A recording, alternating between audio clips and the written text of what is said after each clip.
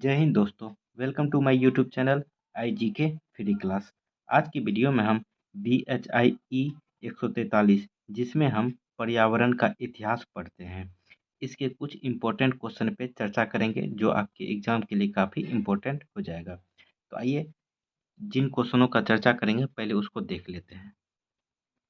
इस वीडियो में question number 1 और 2 पे चर्चा करेंगे जो कि आपके एग्जाम में हो सकता है 20 ये क्वेश्चन पूछ लिया जाए 20 नंबर में। ये भी क्वेश्चन नंबर 2 भी पूछ लिया जाए 20 नंबर का हो सकता है। देखिए क्वेश्चन नंबर 1 रहेगा, पारिस्थितिक नारीवाद परिभाषित शब्द से आप क्या समझते हैं? तो पारिस्थितिक नारीवाद से आप क्या समझते हैं, इसको परिभाषित करना है। और इसी में है, भारतीय पृष्ठभूमि में पारिस्थितिक नारीवाद के संदर्भ विशेष संदर्भ में स्पष्ट कीजिए। और इसको भारतीय पृष्ठभूमि में जो है पारिस्थितिक नारीवाद को स्पष्ट करना है भारतीय पृष्ठभूमि में। ये क्वेश्चन आपके 20 नंबर में आ सकता है। दूसरा क्वेश्चन है, हमारे पर्यावरण की रक्षा हेतु भारत में गैर सरकारी संगठनों एवं पर्यावरणीय आंदोलनों की भूमिका पर टिप्पणी टिप्पणी कीजिए। तो इन दोनों क्वेश्चनों का विश्लेषण इस वीडियो में करेंगे। देखिए आप लोग का एग्जाम नज़दीक आ गया है, तो जितना से ज़्यादा क्वेश्चनों का रिवीजन रहेगा उतना अच्छा रहेगा एग्जाम के लिए। हो सकता है कि इन्हीं दोनों में से कोई एक क्वेश्चन 20 नंबर में पूछ लिया जाए। तो यदि आप ये वीडियो पूरा देखे होंगे तो आप ज़रूर उसको लिख के आइएगा। तो आइए वीडियो स्टार्ट करते हैं। देखिए क्वेश्चन है, पारिस्थितिक नारीवाद परिभाषिक शब्द से आप क्या समझते हैं? भारतीय पृष्ठभूमि में पारिस्थितिक नारीवाद के विशेष संदर्भ में स्पष्ट कीजिए। तो इसको स्पष्ट करना है भारतीय पृष्ठभूमि में, और इसको परिभाषित करना है पारिस्थितिक नारीवाद क्या होता है। तो आइए इसको विस्तार से देखने का प्रयास करते हैं। आप लोग पूरा वीडियो देखने का ज़रूर प्रयास करें। यदि वीडियो अच्छा लगे तो चैनल को ज़रूर सब्सक्राइब कर लें, वीडियो को लाइक करते हैं और कमेंट ज़रूर करें कि आप अपना फीडबैक ज़रूर दें। देखिए पारिस्थितिक नारीवाद एक अंतर विषयक दृष्टिकोण है जो नारीवाद और पारिस्थितिकीय चिंताओं को एक साथ लाता है। इसको नारीवाद और पारिस्थितिक चिंताओं को जो है एक साथ लाता है कौन? पारिस्थितिक नारीवाद। यह सिद्धांत मानव समाज और संस्कृति के बीच के संबंध को समझने और सुधारने का प्रयास करता है, विशेषकर उन पैटर्न को चुनौतियों देने के लिए जो दोनों को शोषण और असमानता का शिकार बनाते हैं।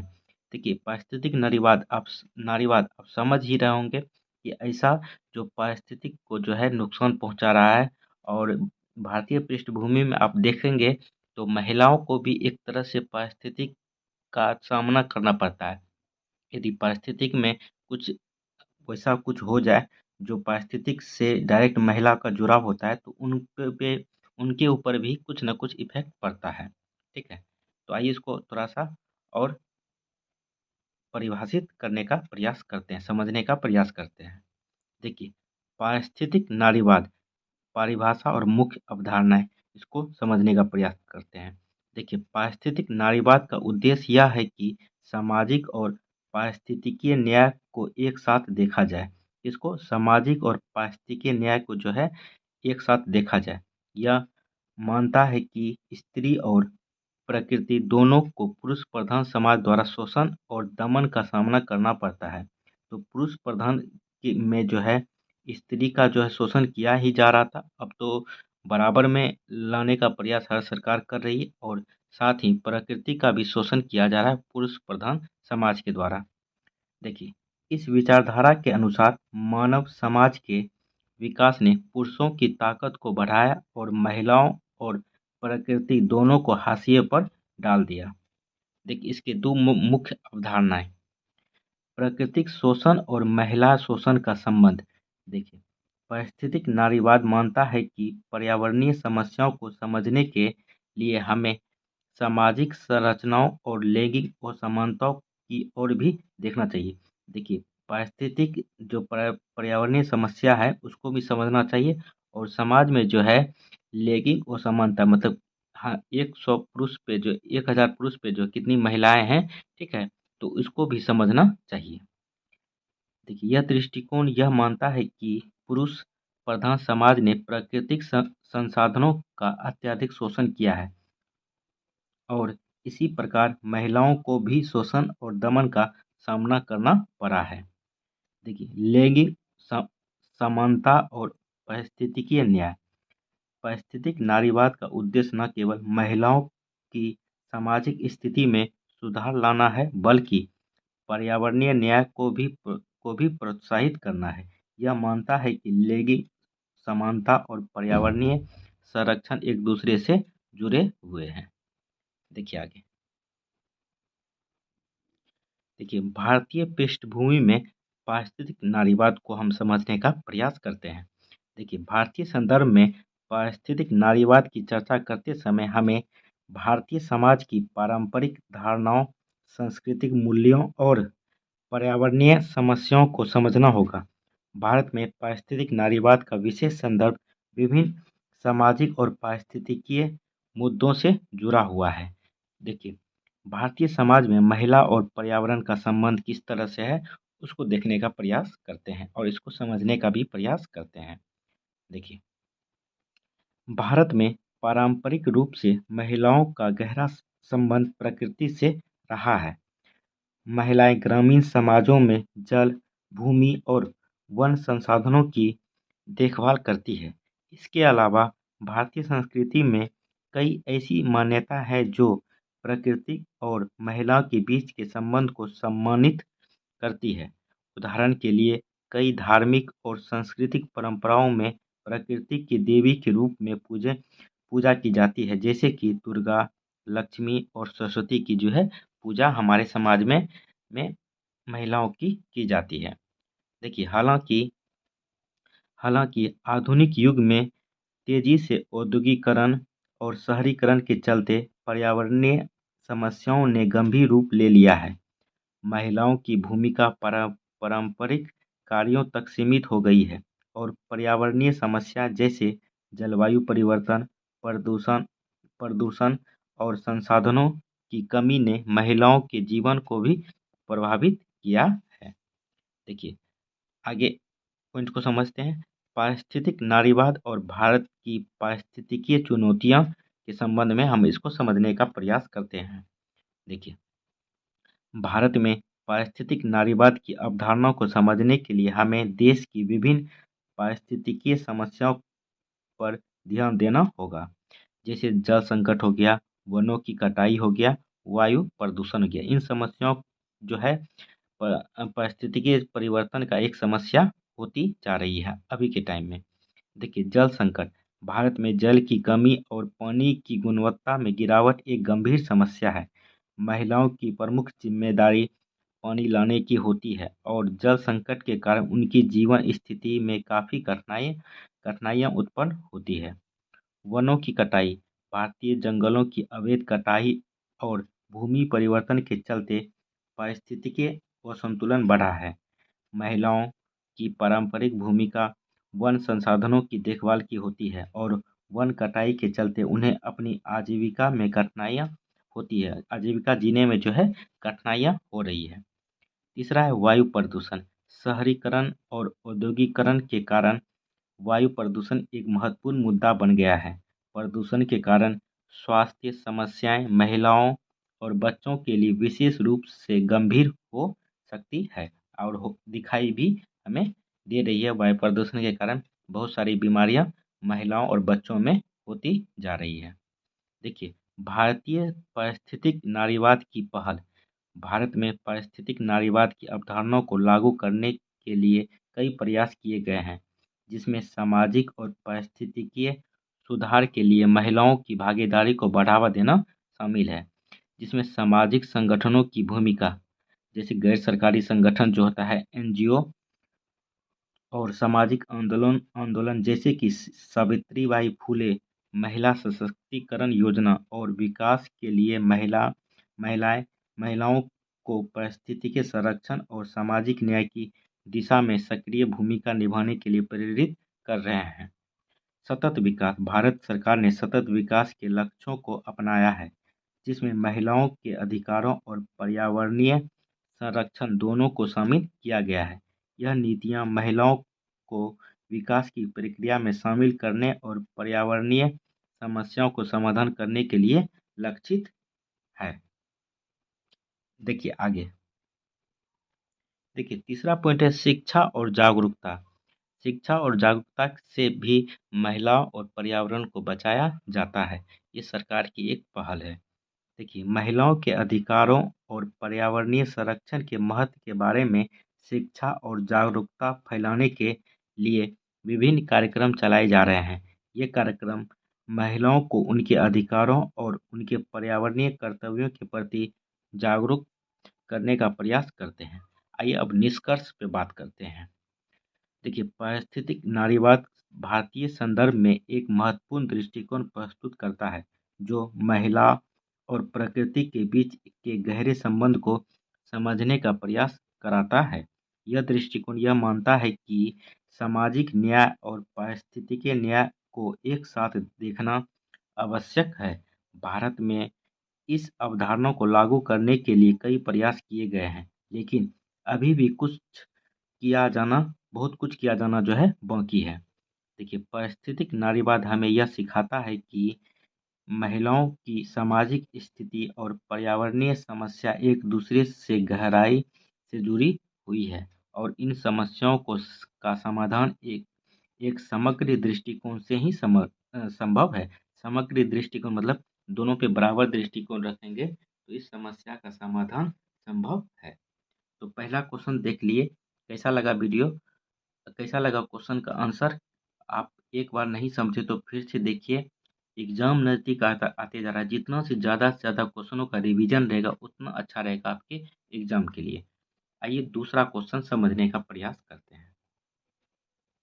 देखिए, क्वेश्चन है आपका, हमारे पर्यावरण की रक्षा हेतु भारत में गैर सरकारी संगठनों एवं पर्यावरणीय आंदोलनों की भूमिका पर टिप्पणी कीजिए। तो हमारे भारत में जो है पर्यावरण की रक्षा के लिए जो है भारत में गैर सरकारी संगठन जैसे एनजीओ होती है वो, और उसके बाद जो है पर्यावरणीय आंदोलन जो चला चला रही है उनकी भूमिका पर चर्चा करना है इस प्रश्न में। तो आइए इसको समझने का प्रयास करते हैं। देखिए, पर्यावरण की रक्षा में भारत में गैर सरकारी संगठनों और पर्यावरणीय आंदोलनों की भूमिका क्या है उसको समझते हैं। पहले प्रस्तावना देख लेते हैं।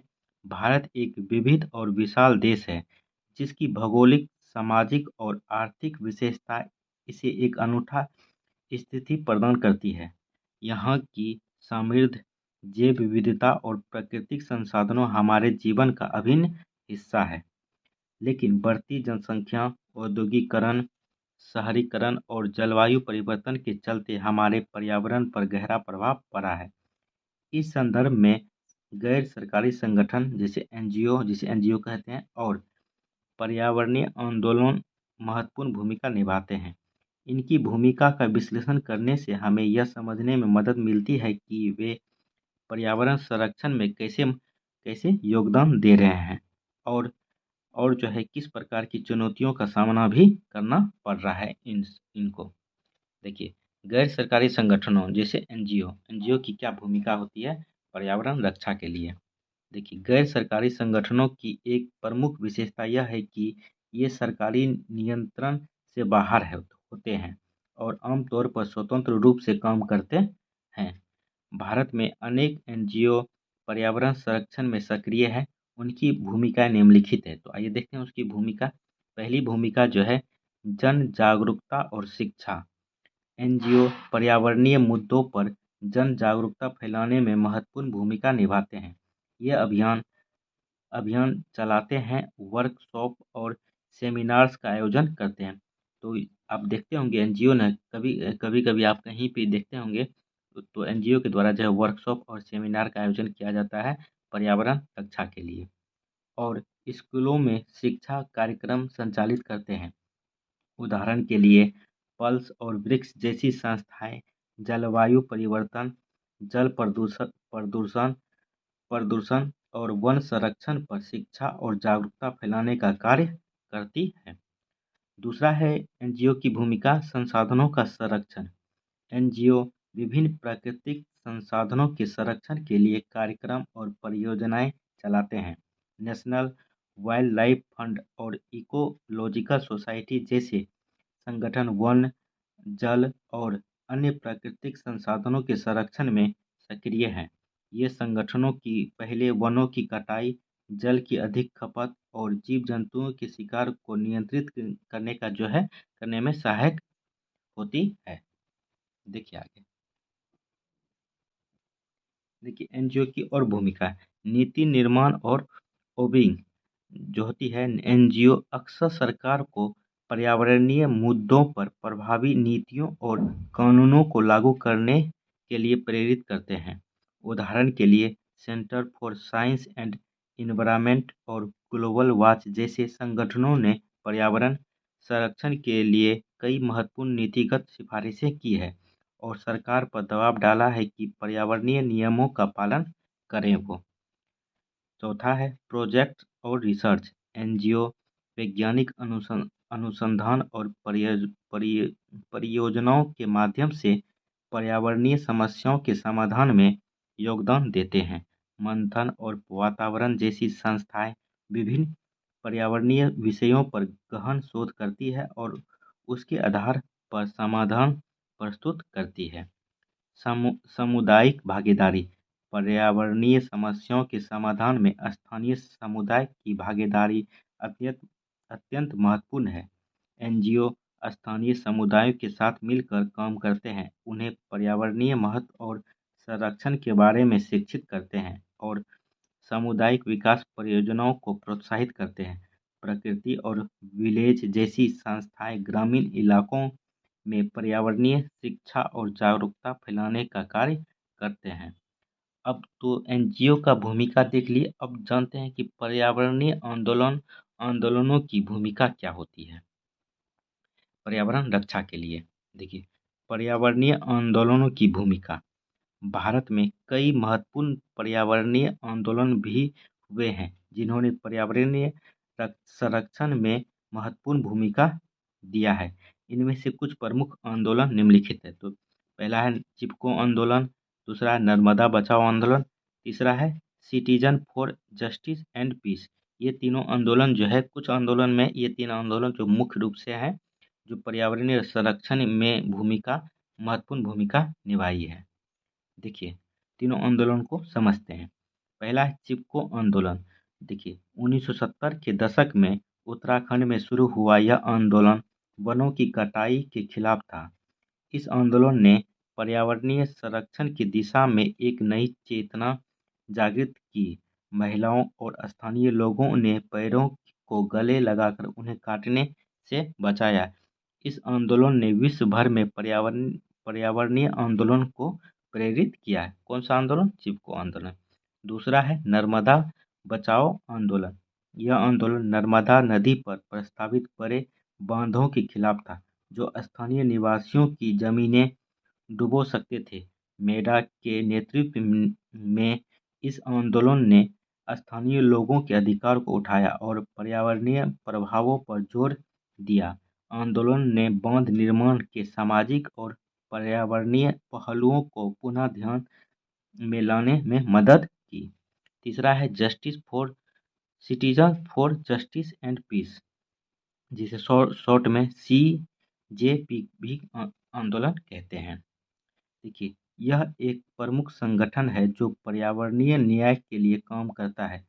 CJP ने जलवायु परिवर्तन, जल प्रदूषण और पर्यावरणीय असमानताओं के खिलाफ कई अभियानों का संचालन किया है। उनका काम न्याय के साथ साथ पर्यावरण संरक्षण की दिशा में भी प्रेरणादायक है।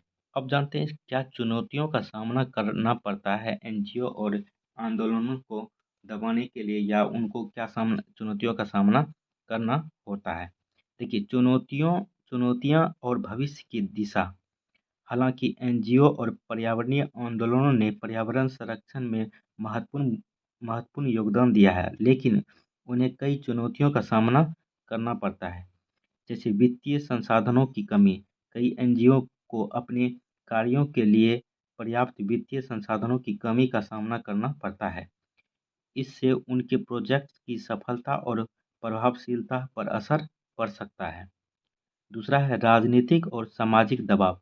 कई बार एनजीओ को राजनीतिक और सामाजिक दबावों का सामना करना पड़ता है जो उनके कार्यों को प्रभावित कर सकते हैं।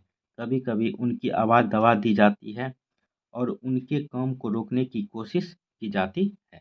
देखिए आगे। तीसरा है सामुदायिक भागीदारी की कमी। कुछ परियोजनाओं में स्थानीय समुदायों की सक्रिय भागीदारी की कमी होती है, जो परियोजना की सफलता में बाधा डाल सकती है। अब देखिए निष्कर्ष। भारत में गैर सरकारी संगठनों और पर्यावरणीय आंदोलनों की भूमिका पर्यावरण संरक्षण के क्षेत्र में अत्यंत महत्वपूर्ण है। ये संगठन न केवल पर्यावरणीय जागरूकता फैलाते हैं, बल्कि नीतियों को प्रभावित करते हैं, संसाधनों के संरक्षण में योगदान करते हैं और स्थानीय समुदायों को शामिल करते हैं। हालांकि उन्हें कई चुनौतियों का सामना करना पड़ता है, उनके प्रयास और सक्रियता पर्यावरणीय संकटों से निपटने में एक सकारात्मक दिशा प्रदान करती है। भविष्य में इन संगठनों को अधिक समर्थन और संसाधनों की आवश्यकता होगी, ताकि वे पर्यावरण संरक्षण के लिए और अधिक प्रभावी ढंग से कार्य कर सकें। तो 2 क्वेश्चन हम देख लिए इस वीडियो में। कैसा लगा वीडियो कमेंट करके ज़रूर बताएं। अभी तक चैनल को सब्सक्राइब नहीं किया तो चैनल को ज़रूर सब्सक्राइब कर लें। आने वाले समय में इसी तरह का आपको कंप्लीट क्वेश्चन और आंसर का वीडियो रिवीजन आप लोग को मेरा वीडियो बनाने का उद्देश्य एक ही है कि आप लोग का एग्ज़ाम नज़दीक आ गया है। जितना से ज़्यादा क्वेश्चनों का रिवीजन रहेगा उतना अच्छा रहेगा। आप लोग डिस्क्रिप्शन में प्लेलिस्ट का लिंक दिया हुआ है, वहाँ से चेक किया। बाकी क्वेश्चनों का भी तैयारी आप लोग ज़रूर करते रहें, ताकि एग्ज़ाम में आपको इसी में से क्वेश्चन देखने को मिल जाएगा। चलिए कैसा लगा वीडियो कमेंट करके ज़रूर बताएं। चैनल को अभी तक सब्सक्राइब नहीं किया तो चैनल को ज़रूर सब्सक्राइब कर लें, वीडियो को लाइक कर दें। चलिए थैंक यू। जय हिंद।